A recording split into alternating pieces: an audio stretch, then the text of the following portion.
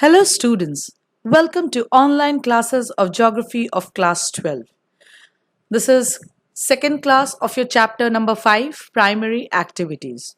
Today I'm going to start with the last type of the primary activity, that is agriculture.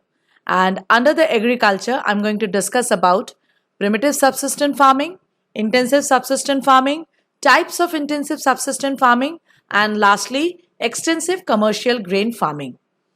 Now, the first one, primitive subsistence farming. Before going to this, what is the meaning of the term subsistence? We all know it is for self-consumption. So, any type of farming that is there for self-consumption, but it is done in a primitive manner, that is primitive subsistence farming. So, the farming which is there for our own consumption, but done with a primitive techniques and tools, it is termed as primitive subsistence farming.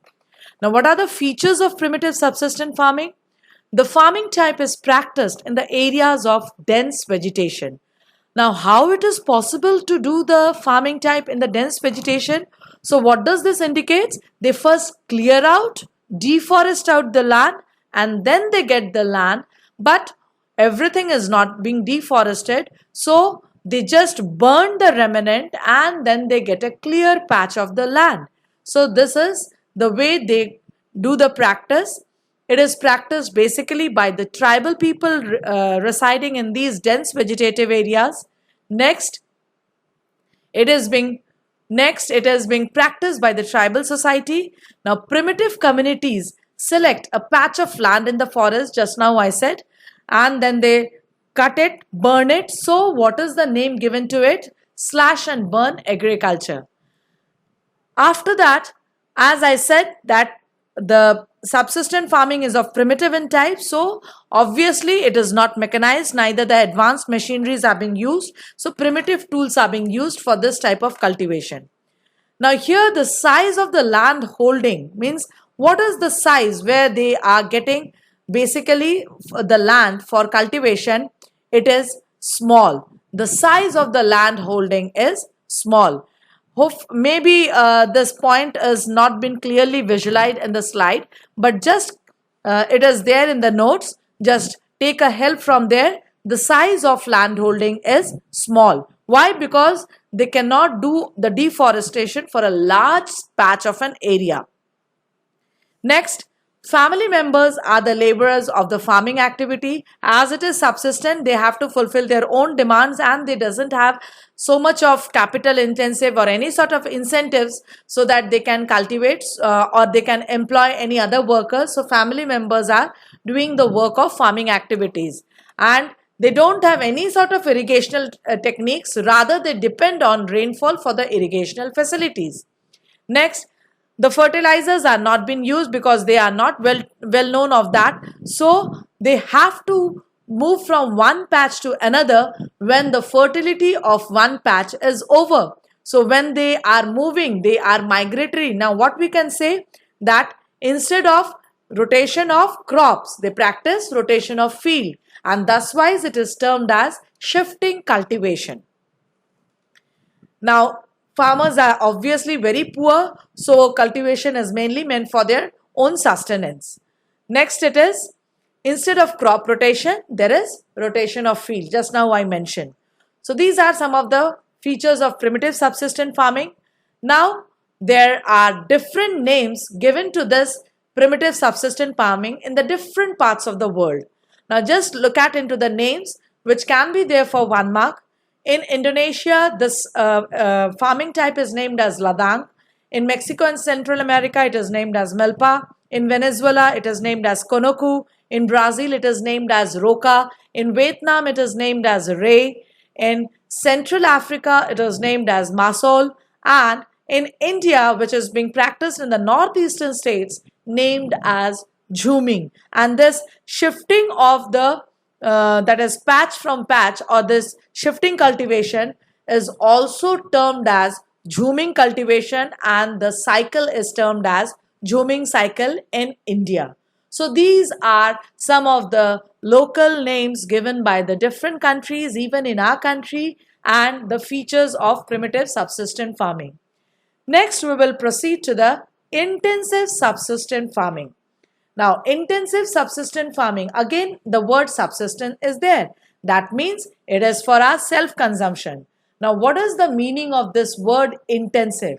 Intensive means here the aim is to produce the maximum output from a small patch of land by utilizing the maximum agricultural inputs. So the major, that is the huge production or a high production is required.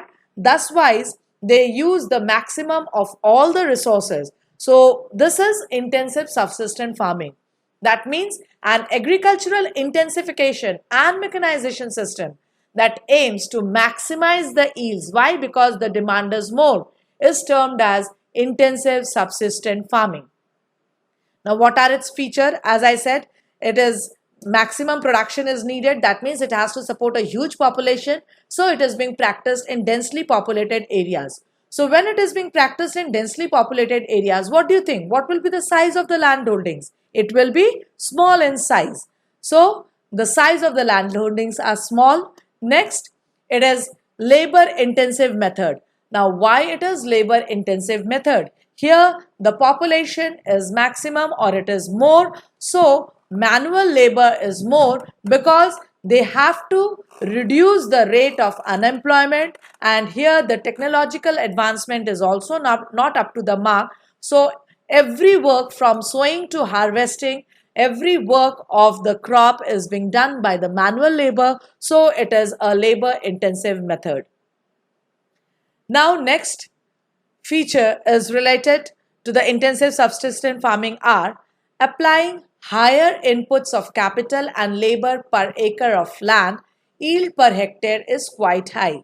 Now, as per suppose a small area of land is there, and according to that small area of land, the higher inputs of capital means whatever we are having, whatever tools, whatever the irrigational techniques we are having, we are using it, and even the number of the labors are also high. So if we see as per the size of the land holdings, our production is huge because the size of the land holding is small. But if we see the number of the labors employed within that small size of the land holding, it is large. So according to the labor, per productivity is less, but according to the land, productivity is high. Now, production as usual is mostly consumed by the farmers themselves. Why? Because it is subsistence farming. Now, they don't have huge fertilizers or excessive machineries which is limited. So, farmyard manure, that means green manures are used, and that helps to maintain the fertility, and they use machinery which is not a large scale one, it is a limited one.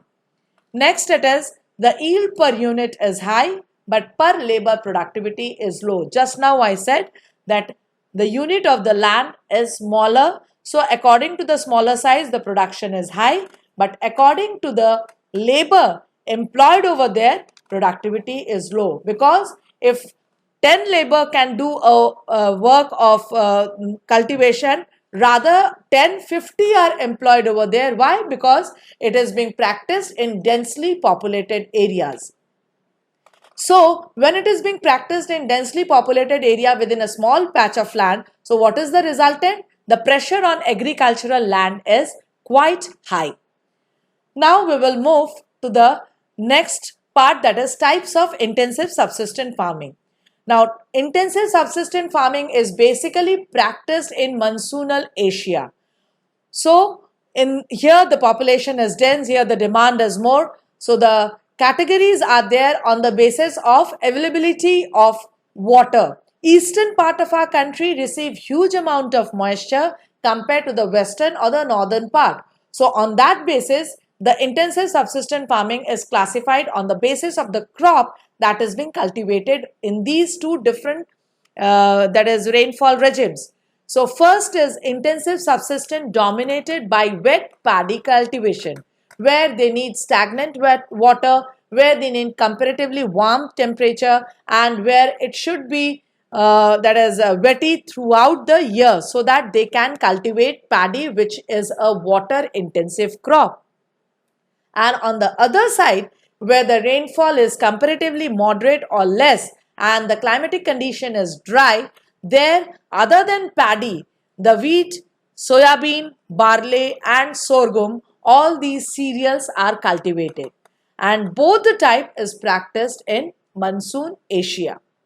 Now, let's see where wet paddy cultivation is done. It is on the eastern edges of all these countries, that is China, India, Japan, Korea, Southeast Asian countries. Now, there is nothing to be explained to you. You have already studied in class 11 about the climatic condition that these countries, their eastern edges, they get the monsoon from the southeast monsoonal winds. That is why the eastern edges are much more wetty, and compared to this, on the western side, by the time the winds reaches in the western and the northern side, the moisture gradually reduces. So over there the humidity is less. So other than paddy cultivation is done in northern China, Manchuria, North Korea, North Japan, western part of Indo-Gangetic plain and the dry parts of West and South India. So these are the areas as well as the types of intensive subsistence farming. Now next we will move to the just opposite type, that is features of extensive commercial grain farming. Now intensive means within a small area, everything what the region or the country is having, they are using it to get a maximum output. Here the word extensive means it's a large area, and basically another term that is being attached is commercial. That means it is not a subsistent one, rather it is there for the market, for the profit oriented. So, and grain farming, so that means they are concentrating on a specification of one type of grain cultivation. So this is extensive commercial grain farming. Now what are its features? It is practiced in comparatively in the semi-arid lands of mid-latitudes. Now what is mid-latitude? It is a latitude between 30° to 50° north and south latitudes. It is highly mechanized farming, as by the name it is indicating commercial, so it has to be highly mechanized. The size of the land holdings is large. I said extensive one, so the land holdings are large. Next, it is related to the employ, that means the labor employment over here is to get a large yield, but the employment means the workers employed over here is little. If more manual labors are there, that means the production will be comparatively low. So here maximum work is done by machines and minimum work is done by the manual labor. So it is obviously a capital intensive farming. Here capital does not only means money. Obviously money is the main criteria to get all the machineries, to get all the fertilizer benefits, all what we can say the agricultural inputs that can give the maximum output for from a large patch of land. So it is capital intensive farming. Next, farmers grow single crop, and thus it is a monoculture type of farming where crop specialization is important. So they specifically concentrate on one particular crop because it is there for commercial purpose.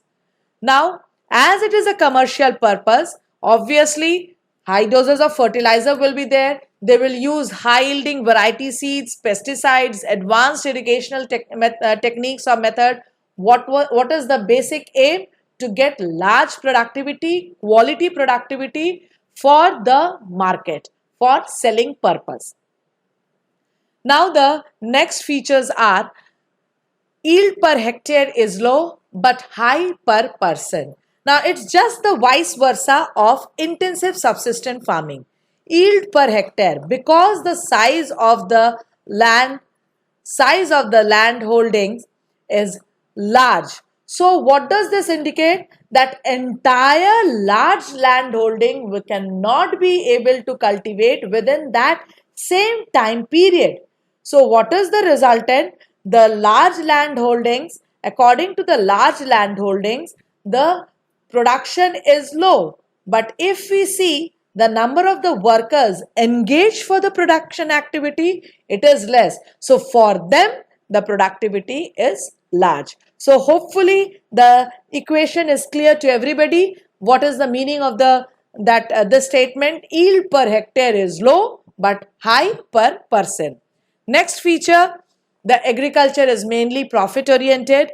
Next, wheat is the principal crop. Basically, the single crop specialization means wheat is the prime crop. Other crops are corn, that is the maize, barley, oats and rye. These are some of the important crops. Beside wheat, all these are all the cereal crops. Now next it is, which are the areas where this extensive commercial grain farming has been practiced. Hopefully you have heard about or you have learnt in the junior classes about the temperate grasslands. So it is very much practiced where we are having moderate type of climatic condition, and the temperate grassland areas are the good one for the cultivation of grain farming or specialization of this monoculture.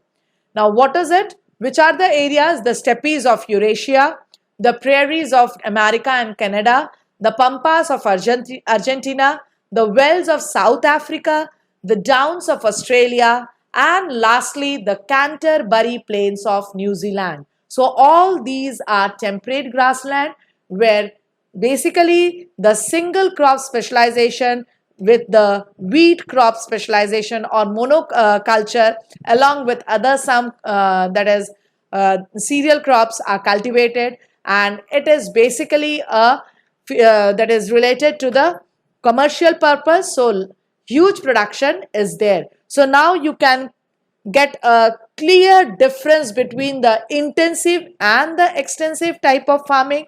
Intensive, densely populated; extensive, sparsely populated; intensive, small patch of land holding; extensive, large patch of land holding.